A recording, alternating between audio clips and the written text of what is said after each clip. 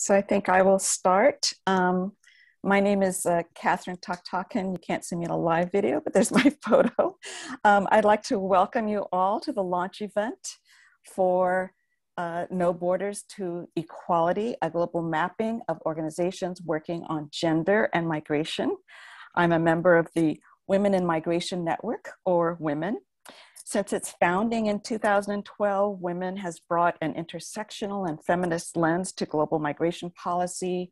We envision a new world where women in migration claim their universal human rights and act as agents of change in shaping a just and equitable world. We understand that migration impacts women who move within and across borders, as well as women who remain at home when family members leave. We work to defend the rights of migrant women, to promote a gendered and deep analysis of migration and its root causes, and to encourage and support the organizing and empowerment of women in migration. Especially at this time of COVID, we believe that it's so important to build connections at multiple levels and to strengthen our capacity to address the multiple and intersecting issues impacting women in migration. So this mapping project is so timely in this regard, and we're very excited to launch it today. We're grateful to Paula Siment, who you will meet later, who coordinated this effort, and also to Frederick Ebert Stiftung, whom you will also hear from a little bit later. So again, thank you for joining us. And now I'd like to introduce Felix Brainstorff from Frederick Ebert Stiftung. Felix. Thank you, Kathy. Good morning and good afternoon. Thank you to each and every one of you for being here with us today. My name is Felix Brainstorff, and it's my privilege on behalf of Friedrich Ebert Stiftung to welcome you to the second edition of the launch event. We had a first launch event in the morning on Asia, and in this global session now we focus on the regions Americas, Europe, Africa, and Middle East and North Africa. So one note on Friedrich Ebert Stiftung, FAS, the abbreviation. FAS is the oldest political foundation in Germany dedicated to the core ideas and values of social democracy, which are freedom, justice, and solidarity. And with our projects and offices in more than 100 countries around the world, we promote social justice, but also mainstream a gender perspective across the various thematic areas we work in. We are happy to join or have joined Women in Migration Network in this project, and are now even more happier to launch not only the global mapping report, but also the website, No Borders to Equality, on organizations working on gender and migration. And we as FAS hope that this will strengthen the global advocacy for women's rights in the global policy arena, such as the review and implementation process of the Global Compact for Migration. And again, special thanks goes to the lead author, Paula Siment, and her team of researchers who were able to identify hundreds of organizations working in the field of migrant women migration, or working in the intersection between gender and migration. And I'm really grateful for Paula and the lead author, and also today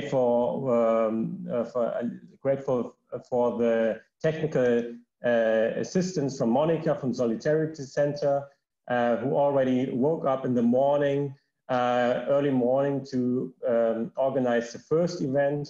So also thank you for your support. And I'm also thankful for the panelists who will present later on the different sub-regions. With this said, I will switch now to my role as MC and timekeeper. I was also asked to keep a bit the time and lead through the program. In our first segment, we will hear presentations of the key findings of the report and have some brief comments on the different regional chapters. After that, we go into breakout sessions where you can discuss the findings. And finally, in our last segment, we will officially launch the website and also see how we can interlink this website with other migration and gender hubs, which are recently or will be launched in the coming month. So without further ado, I will hand over to Paola to present the key findings of the report. Paola, you have the word. I'm sorry to Yes. Sorry Go ahead, Monica. Yes. to interrupt for a quick technical announcement before we get to Paula. Later in the session, we will be having breakout rooms that are divided by language of preference. So in order to do this, I'll ask that while you listen to the presentation, if you could chat in the chat box if you prefer French or Spanish. If you prefer English, you don't have to write anything. So if you prefer French, type French in the chat. If you prefer Spanish, type Spanish in the chat. And that will help us to make sure you can speak in your preferred language. Thank you. Back to you, Paula. Thank you very much, Monica. So I'd like to present some of the key findings of our report.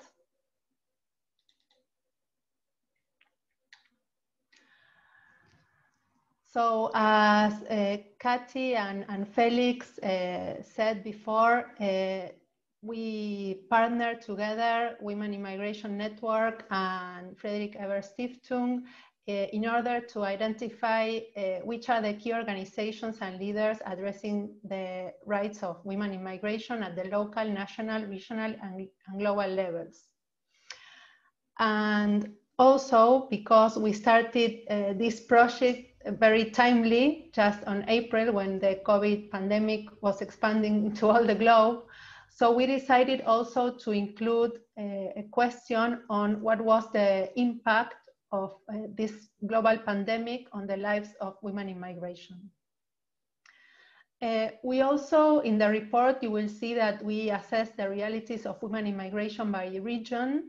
And as it was said before, in the morning, we already had a session focused on Asia because of the time to let people from that region participate at the time of the day. But on this session, we are going to focus on the rest of the regions that the report covers, which are Africa, North Africa, Middle East, the Americas, and Europe. And for that, I will introduce you to the panelists later on. But we also would like to take advantage of this event and all the participants. We have 100 participants joining to lay the basis for future regional and global organizing within the migration governance groups, but also within women's rights movement, labors, and other climate justice and economic justice groups. So we hope during the breakout groups, you will also have the opportunity to exchange ideas, to know each other, and keep in touch both within each other and with women in the future. I also would like to explain a little bit about the methodology to elaborate this report. We identified more than 500 organizations, and we built a database that was systematized by regions. Then we conducted an online survey during 2020 within June and September, of which we had more than 300 organizations that responded to this survey. And I imagine some of you already participated in the survey. And we also conducted 19 in-depth interviews with leaders and experts of each region, some of whom are going to be also speaking to us today. So with all this data, we elaborated the report, where you can also find some conclusions that represents our WIM's and FES own assessment and recommendations to organizations and also for public policy. So in order for you to have a broad idea of what this report is about, I'm gonna share some of the key global findings. Then you'll find in the report some regional realities that I'm not gonna cover today, but the panelists will. So which were some of the findings? Firstly, the top priority for women in migration across the board was access to services. As you see, access to services was top priority both globally and in each region. And it was followed mostly in all regions by freedom from violence. And thirdly, access to documentation. It is also important to note that almost 60% of the organizations surveyed responded that they work with survivors of violence, migrant women who are survivors of violence. We also found out that in a longer term, which are the strategic needs of women in migration, the top one was multiple discriminations. So there's a main concern for women in migration because they found themselves in a crossroad of multiple discriminations, including gender, race, religion, class. And we found out also due to some testimonies and some in-depth interviews that women of color, migrant women of color, indigenous migrant women usually face harsh discriminations due to these intersecting identities.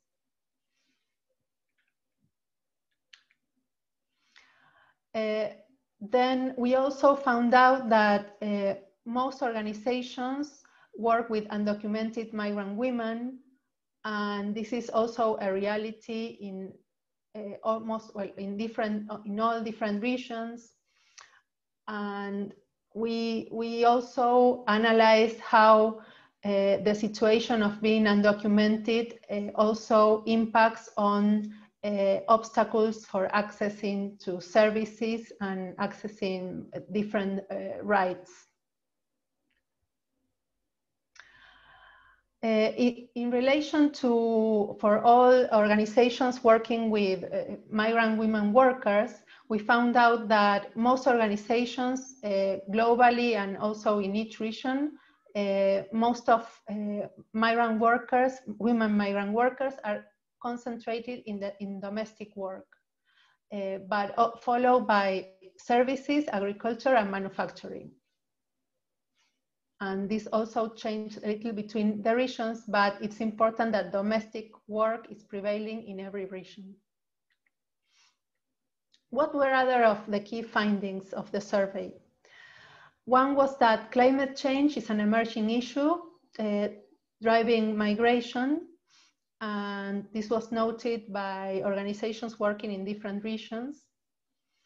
Also, as I mentioned before, the impact of COVID has been well, very heavy on the lives of women in migration, the loss of livelihoods, of unemployment, intensification of poverty and hunger, also the rise of domestic violence and other forms of gender-based violence.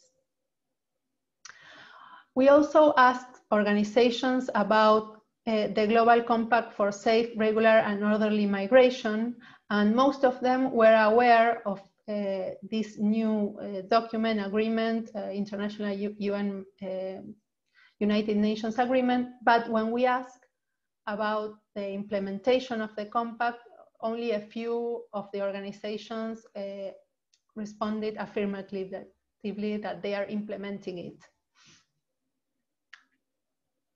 We also would like to raise the issue of LGBTIQ plus migrants. There's a separate chapter section on the report on this issue because we find out that LGBTIQ plus migrants continue to be marginalized from most mainstream migrant civil society organizations. So there's a need to make this reality more visible and to find out protection, different pathways of protection for them. But at the same time, there are emerging groups and global networks that are increasingly focusing on those seeking asylum or granted refugee status based on being persecuted due to their sexual orientation and gender identity. And at the same time, we find out that there are some international LGBTIQ+ rights organizations that are starting to incorporate the particular concerns of LGBTIQ+ migrants, asylum seekers, and refugees into their work. What were some of the challenges faced by civil society organizations? Well, what they responded in this survey was that they have limited resources and lack of capacity that make it hard for them to go beyond addressing immediate needs.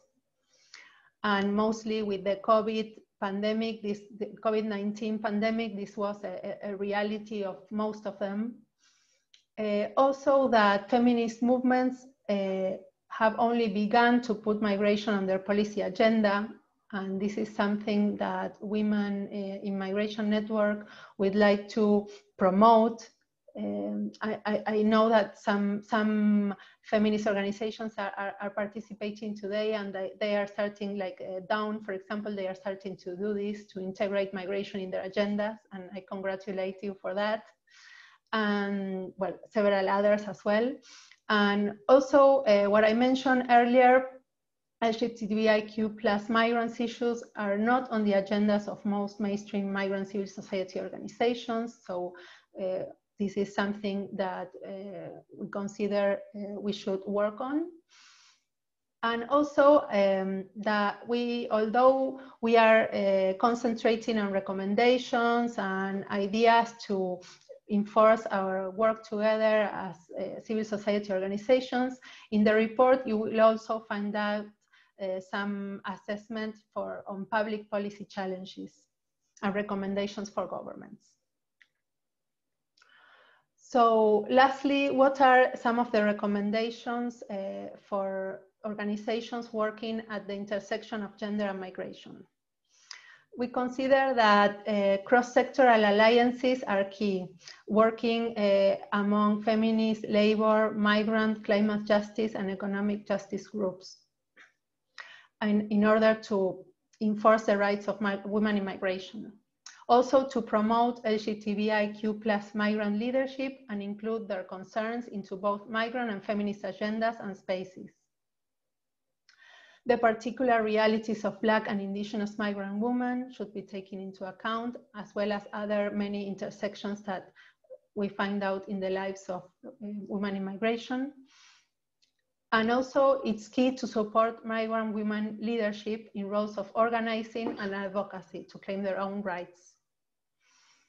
Lastly, in relation to some international instruments, well, we consider that it's important to make use of the Global Compact for Migration and to take advantage of the whole of society approach, which encourages civil society participation in different arenas of migration governance, both regionally and internationally, and nationally, of course. And in relation to some labor rights instruments, the ILO conventions 189 on domestic workers and 190 on gender-based violence in the world of work, while promoting the ratification. We saw that, for example, in Asia, there is a low commitment of countries to ratify these instruments. It's not the reality in other regions such as Latin America. Well, it depends regionally, but to promote the ratification, or once it's ratified, to advocate and use these instruments is also key to promote the rights of women in migration. So, well, this is more or less very quickly a short summary of the main findings of the report. As I tell you, the report goes more in depth into the realities of women in migration in each region. So now I'm going to give the floor to these four panelists who we invited. They have contributed enormously also to the report, and we wanted to hear directly from them about the realities in each of the regions. So I'm welcoming for the Americas, Berenice Valdez. She works at the Instituto Mujeres en la Migración, IMUMI, in Mexico, and she coordinates Bloque Latinoamericano, which is a regional network, and a WIM member. For Europe, Petra Snelders, she is part of Respect Network of Women Migrant Domestic Workers in Europe, and also a WIM member. For Sub-Saharan Africa, we invited Professor Alice Nkumbe, who's a senior lecturer at the University of the Free State in South Africa. And in the Middle East and North Africa, Dr. Jenda Kuna, UN Women Senior Global Advisor on International Migration. And she's based in UN Women Regional Office for Arab Steps in Cairo. So Berenice, please, you can go ahead. Berenice will address in Spanish. So you have to turn to English if you want to listen only in English.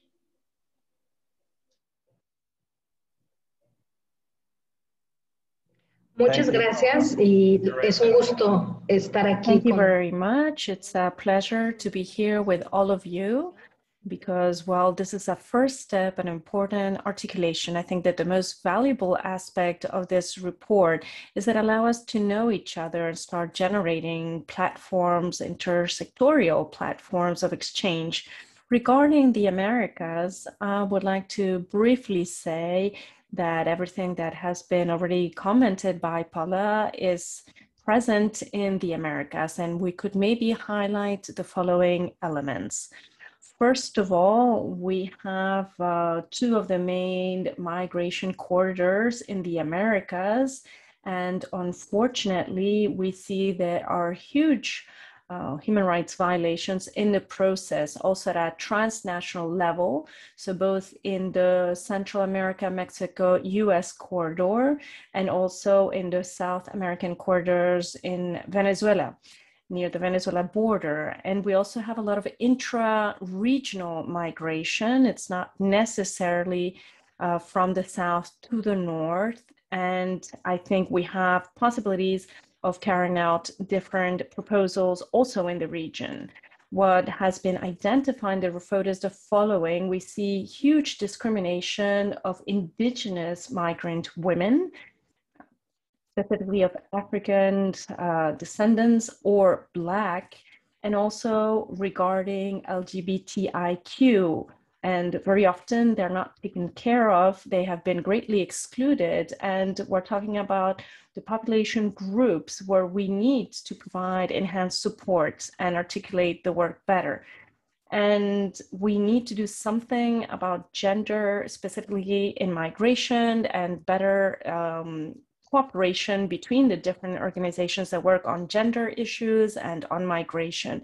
And this report allows us to identify different organizations that are working on this with different approaches, for example, regarding indigenous population. We see there are a lot of indigenous organizations that have a different approach, so gender approach based on community. And this can be quite enriching for global spaces on how to introduce mechanisms such as the International Global Pact. And we can see how we can work specifically based on the needs of women in migration, as Paola has said, which means access to services, access to rights, and try to have a life, lead a life free of violence, so come out of violence relationships. And we also see important relationships and try to further promote inclusion.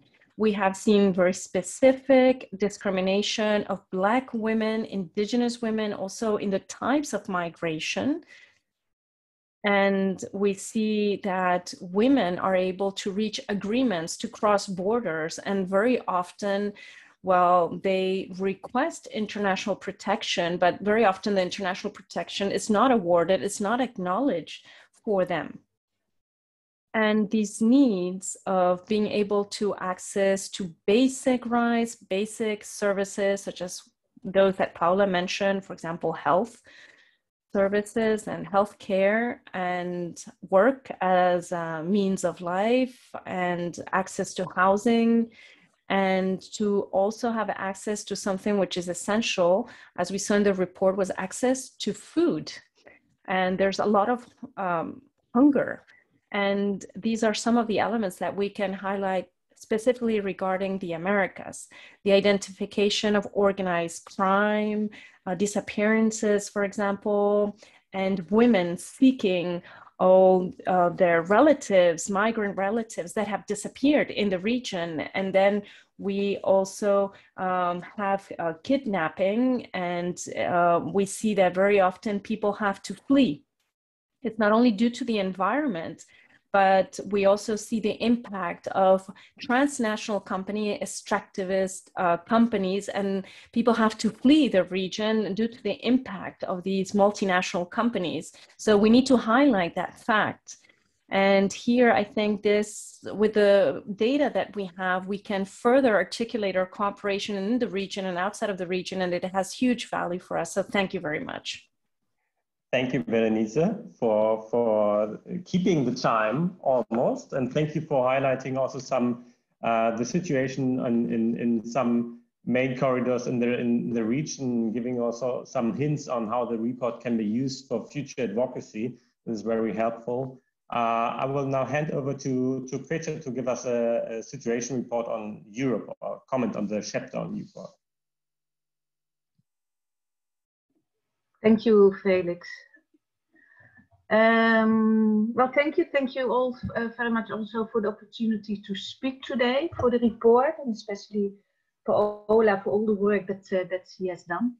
A few remarks, short remarks from and on the European region. As we know, Europe is becoming more and more a fort. The new European Pact on Asylum and Migration is a flagrant violation of human rights of migrants and refugees, and it is unacceptable. When it comes to women, it is striking that governments confronted with the effect of their restrictive and rigid migration policies, presented as gender neutral, but with ruthless gender-specific consequences for women. Not the policy itself is questioned by the governments or the EU, but at best some protection measures are suggested to make up for the violence that their policy has incurred. One of the biggest problems we are facing is the lack of accountability and impunity of the actions of the EU, their agencies such as Frontex and their member states. The report shows that most of the organizations in Europe that has responded on the survey are working with undocumented women. Important to note is that immigration policies has pushed migrant and refugee women into being undocumented. The sexual division of labor market that makes labor migration for women nearly impossible. Domestic and care workers, sectors predominantly occupied by women migrant workers, are recognized as essential but not acknowledged as such. An independent residence permit that ties women workers and women family members to an employer or a spouse, legally transferring her power of self-determination towards somebody else, often a man. The incorrect narrative of migrant and refugee women as passive and in need of protection instead of agents of change still very much existing in Europe, is created by a neoliberal and patriarchal paradigm. Only a systemic change can lead to sustainable change. This mapping is an important first step for all of us. I noticed that most of the organizations that has responded on the survey were organizations that says that in Europe, that says that their top activities are giving services or training, and only in small 10% are mentioning advocacy. That has surprised me a little bit, because many self-organizations in Europe, as far as I know of migrant and refugee women and I work with, are doing it all. Services, facilitating information and advocacy, despite the difficult circumstances they are experiencing. It is difficult for self-organization of women in Europe to get the proper support, financially and politically, not only from governments, but also from NGOs, who often has a tendency to top-down thinking towards self-organizations, in particular migrant and refugee women organizations. Finally, the report is mentioning a mixed attitude towards the Global Compact on migration, and that is true. With our experience, we are preferring the advocacy and more substantive instruments as the ILO 189 on domestic workers, 119, gender-based violence in the world of work, Cedaw, and Cedaw General Recommendation 26 on women migrant workers, and the UN Convention on the Rights of Migrant Workers and their Families. Cooperation between women organizations around Europe and around the world, by the way, from different backgrounds and movements is essential here. And this report and the mapping will help us very much towards these next steps. Thank you. Thank you, Petra. I will directly hand over to Professor Nikube for a comment on the chapter on Africa. Thank you very much. Good afternoon and good day to other people. I don't know what time it is. It's about 5:30 in South Africa. I'm reporting on Sub-Saharan Africa.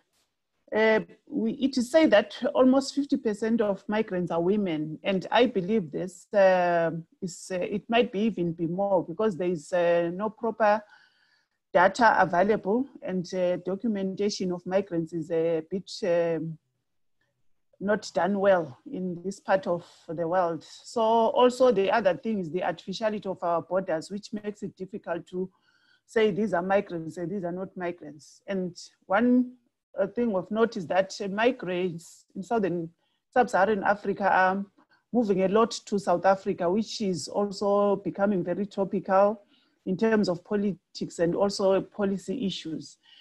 Feminization of migration has gained momentum in Sub-Saharan Africa. In the past, it used to be migrants and their families, and women were under their families. So women were others. They were not considered as part of migrants. But currently, women migration is now very visible in Africa, south of the Sahara. Women are migrating within the African continents and also in other parts of the world. And most of these women in Africa, they get into care work, agriculture, service industries, hospitality, hairdressing, and other low-skilled jobs, informal jobs, for example. And then there's also another wave of secular migration of women, whereby they get involved in trading, informal trading, selling and buying of goods, mostly in countries that are better off, in one being in South Africa. And then you find that there's also this sexual division of labor is a problem. You find that a lot of women are relegated into informal type of livelihood because of the sexual division of labor in this part of the region.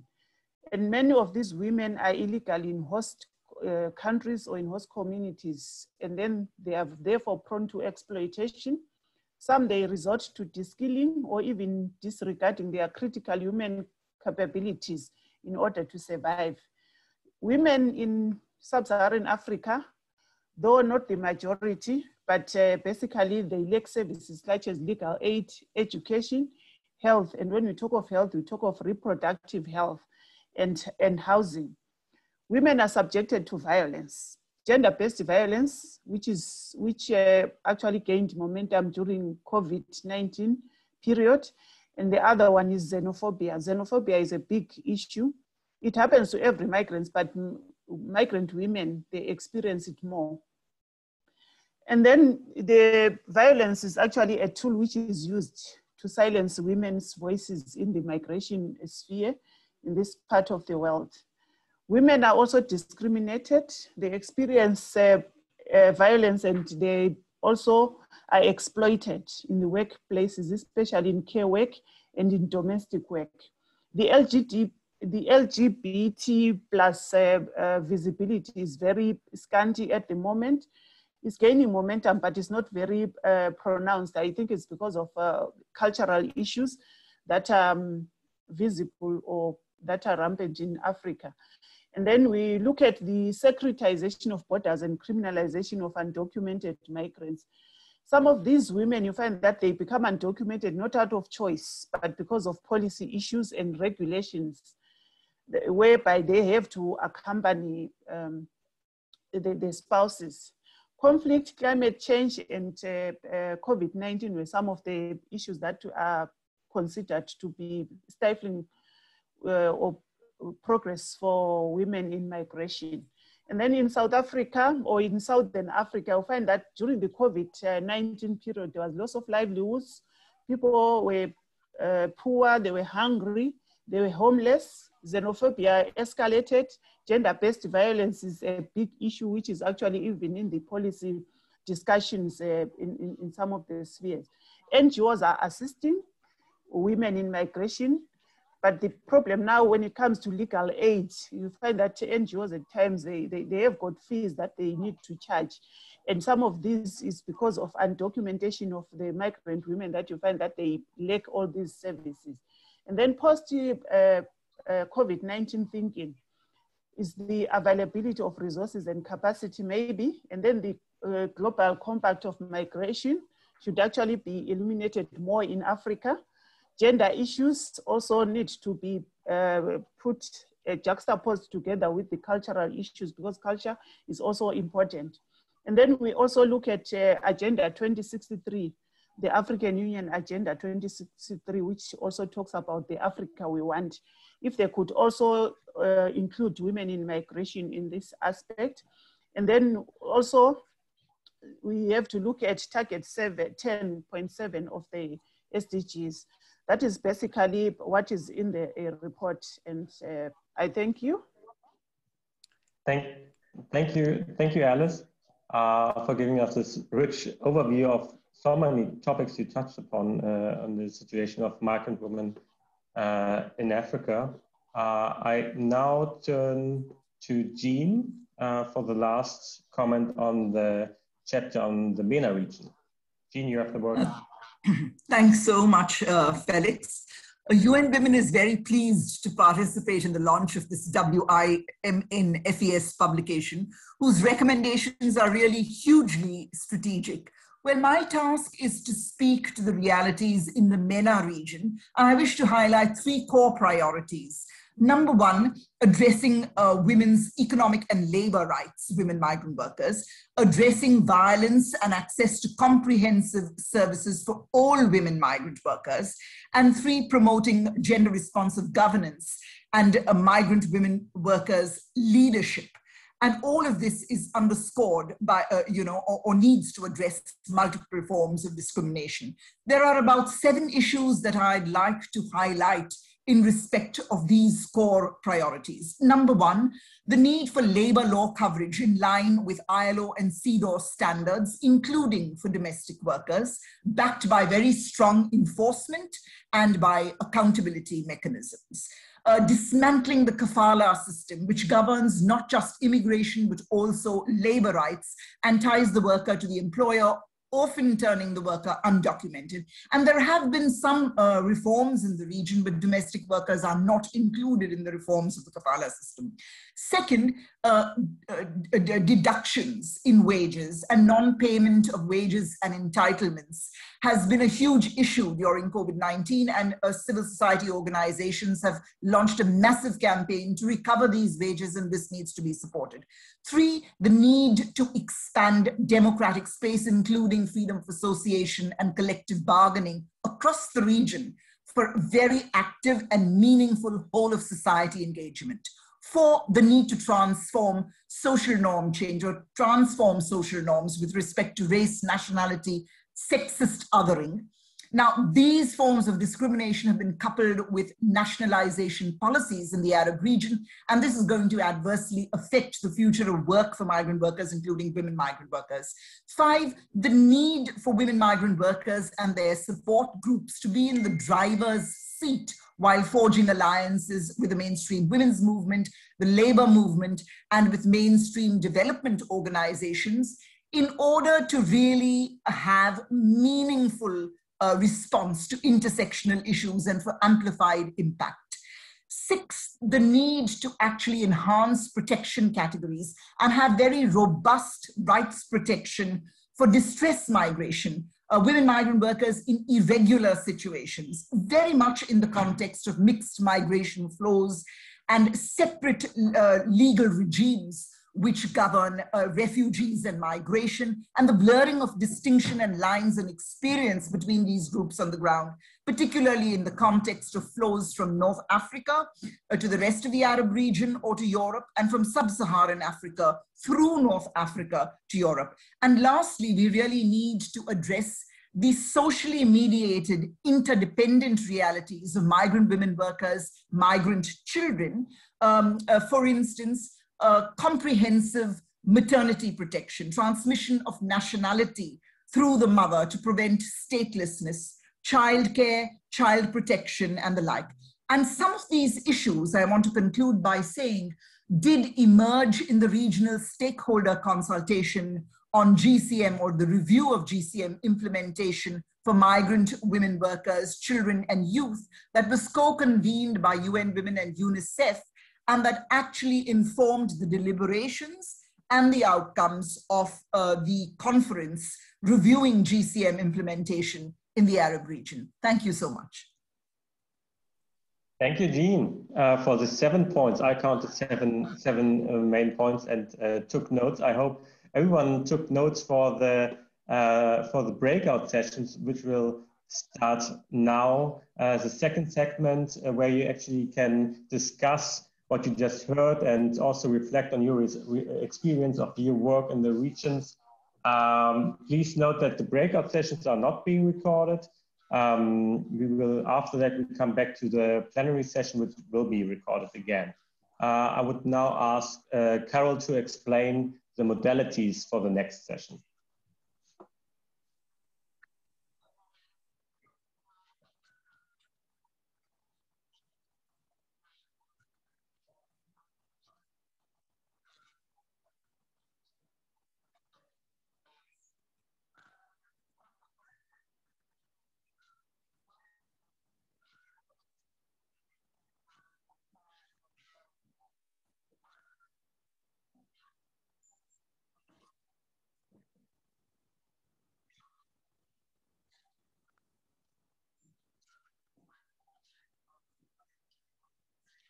Global network like women might be able to do to give value added to the work that you're doing. So we want to get into breakout groups to do that. We will have moderators in each group, and just a reminder that if you have not already put in the box, in the chat box, if you want Spanish and French, then this would be the time to do that. I'm going to pass this over to Monica to give us the logistics for how this is going to work. And I hope you're able to have some rich conversations in smaller space. Thank you. You're all back from the breakout sessions, and I hope you had a good discussions. We will not have the time to have a plenary on what you have been debated in the small rooms, but we ask the moderators to post the 3 highlights from the discussion in the chat box, and we will collect them and share them with you via email. We prepare a Jamboard and systemize them and send them via email. All right, so we arrived to our third segment. We will officially launch the report website and show how you can use it. And also talk about the interlinkages to other hubs that have been established or will be established soon. So I welcome Monami Maulik from the UN Migration Network and Jenna Hennebury from the Gender Migration Hub. But first, I would like to ask Paola to introduce us finally to the Women in Migration map.org website.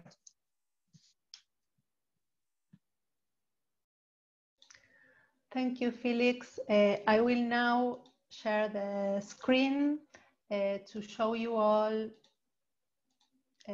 this website that we have also elaborated along with the report. Meanwhile, just a quick reminder for moderators that you can write down in the chat box the 3 highlights So we are able to systematize the conclusions of each breakout group.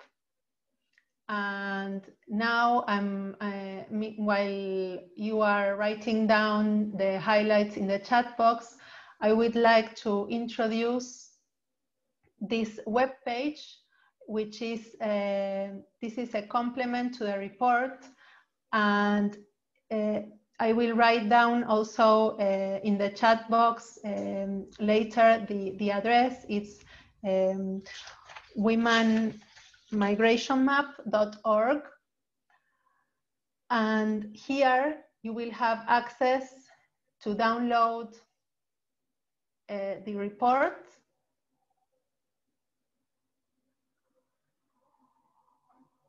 which is in English, but it also includes an executive summary in Spanish and French. And as well, you have other instruments that you can, other tools that you can use.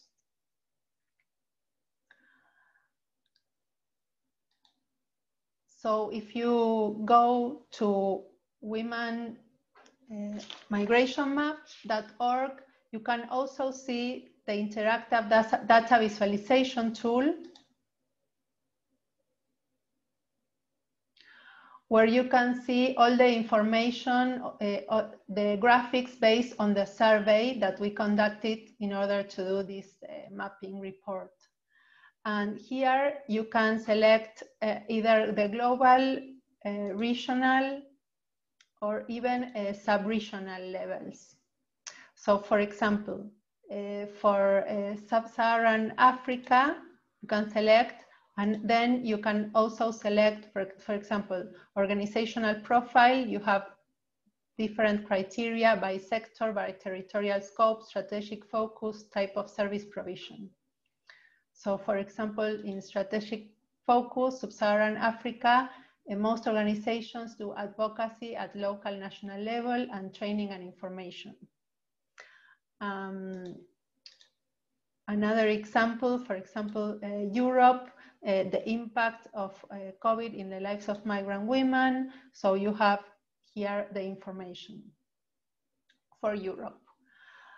So we thought it was a good complement for the report, because in the report you have it's more an in-depth analysis, and here you have a snapshot of the different regions and sub-regions according to the answers of those organizations we surveyed.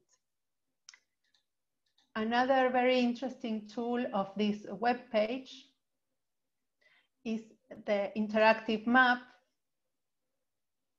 This is a work in progress.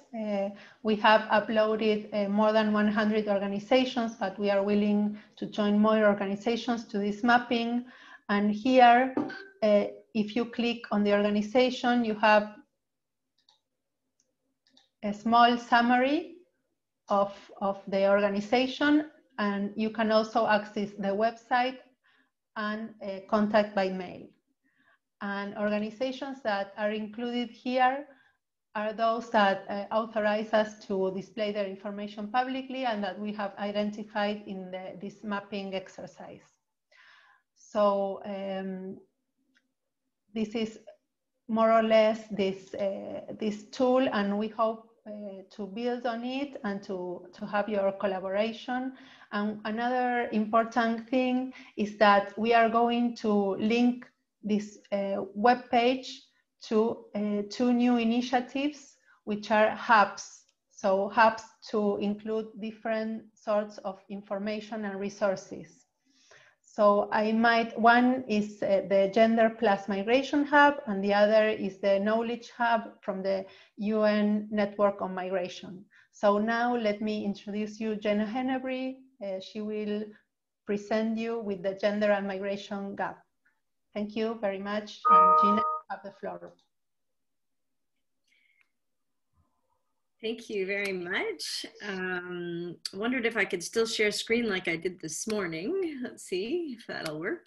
Excellent. Great. Thank you very much, Paula.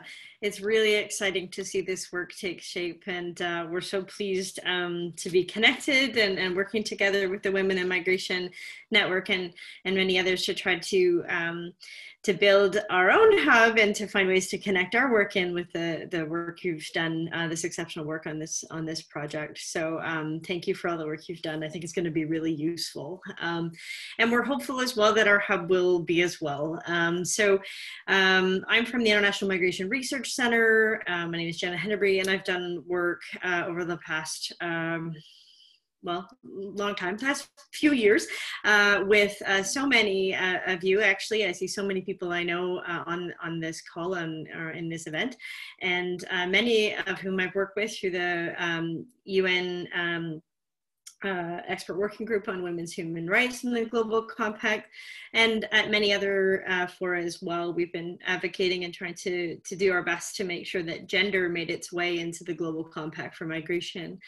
And sort of as a culmination of some of those efforts, or as one of the driving forces behind creating this hub, was to start to bring together resources and tools, interactive tools, as well as the identification of gender responsive practices to help with civil society and governments at all levels as they engage around issues around migration governance to try to move the dial ahead on increasing attention to gender and gender responsiveness.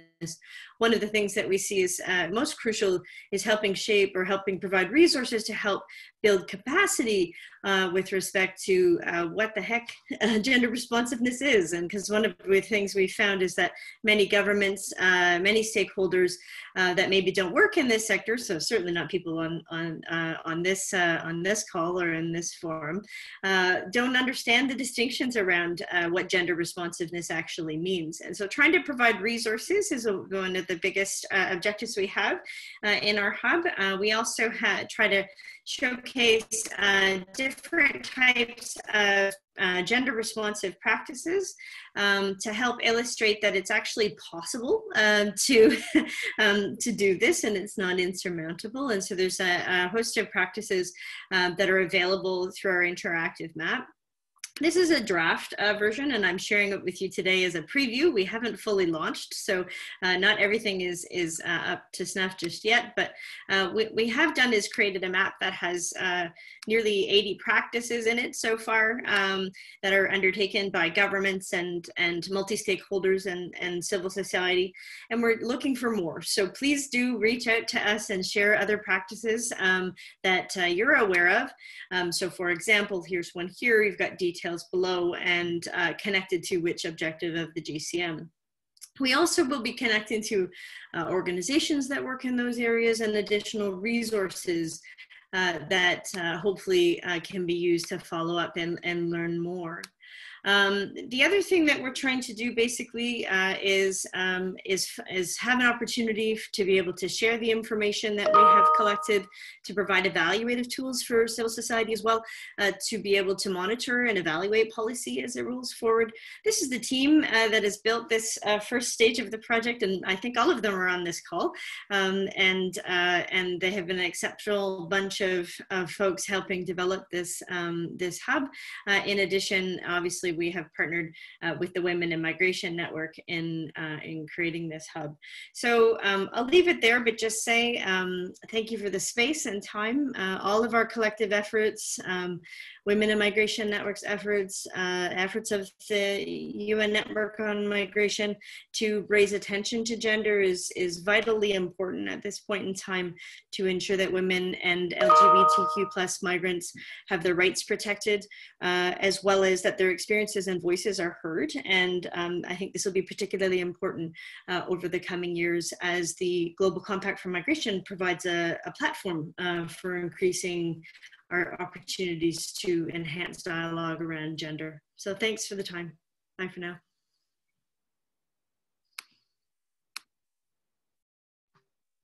Thank you, Jenna. And now I can't see her, but I guess she's in the room. Monami?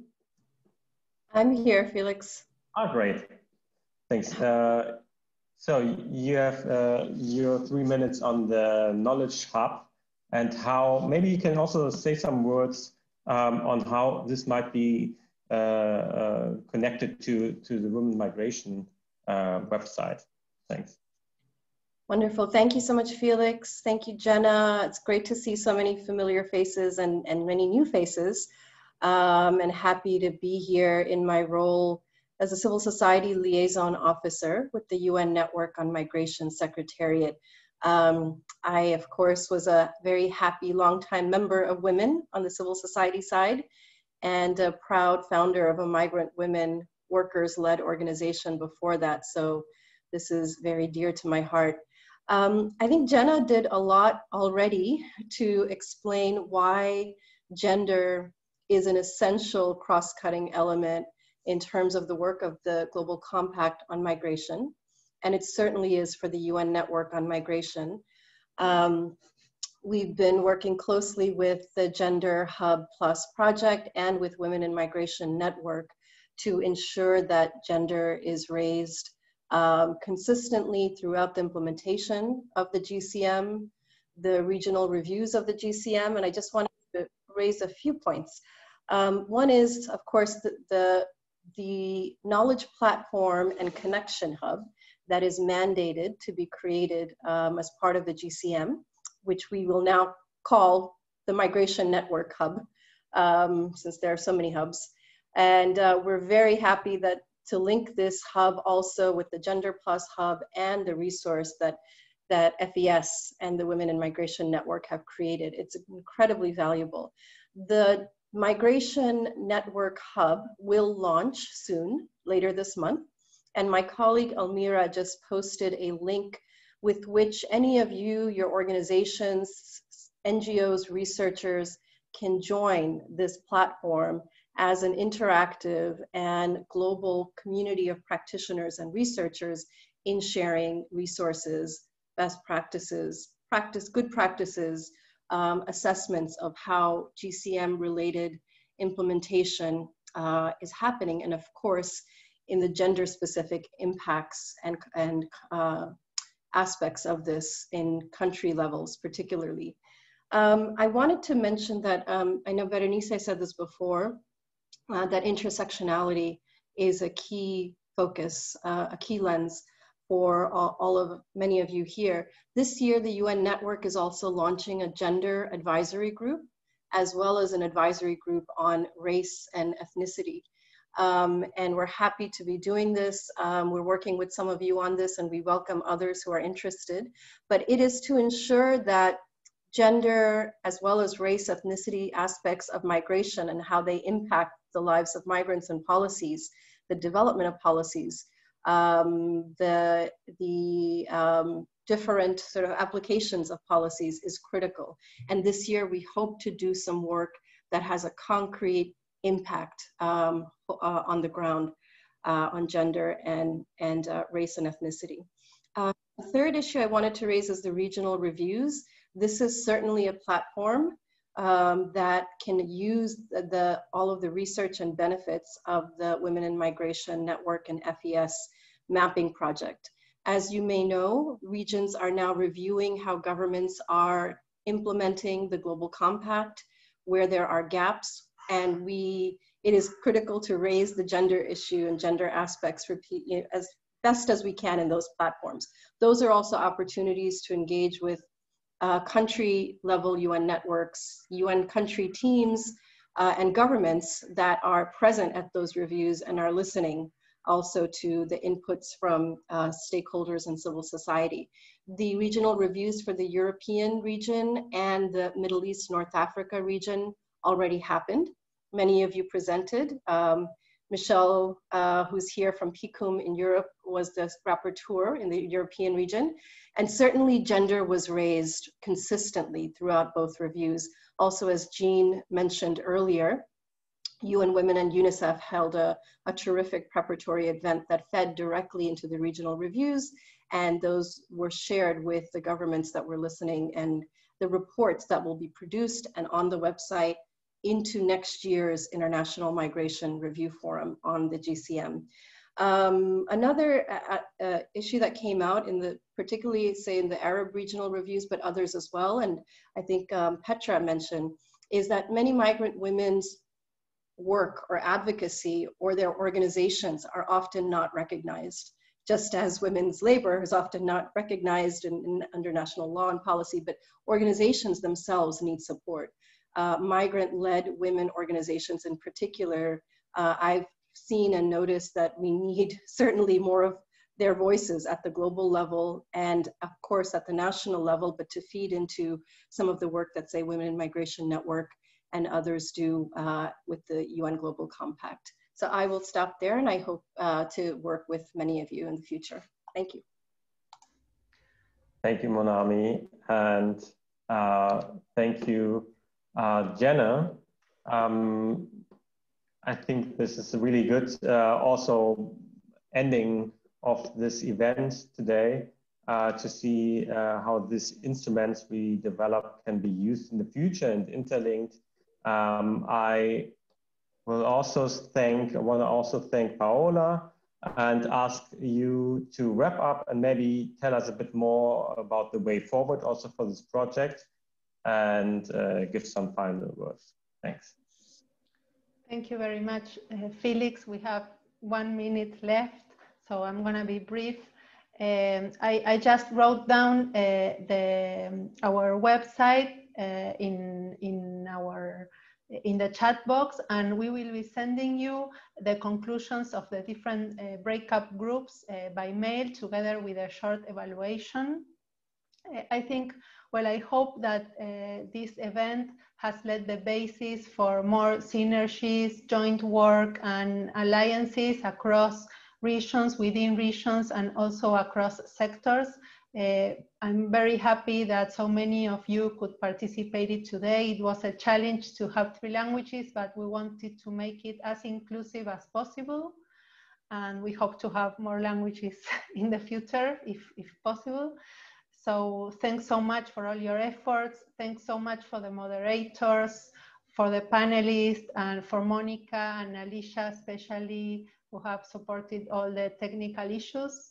And we look forward for you to using these resources, and we'll have, when the hubs are already working, we'll have the links in our website, and we'll also have in the hubs the links to our website. So we hope to be sharing more resources and also working together in the future and supporting all of your work, of course, supported by Women in Migration Network. So thank you very much for all, and we'll stay in touch. And that's all. Bye-bye and have a safe day. Bye-bye. Thank you. Bye. Thank you. Thank you. Bye-bye. Thank you. Bye. Shukran. Bye, everyone. Tschüss. Merci. Au revoir. So nice Bye. Thank you. Gracias.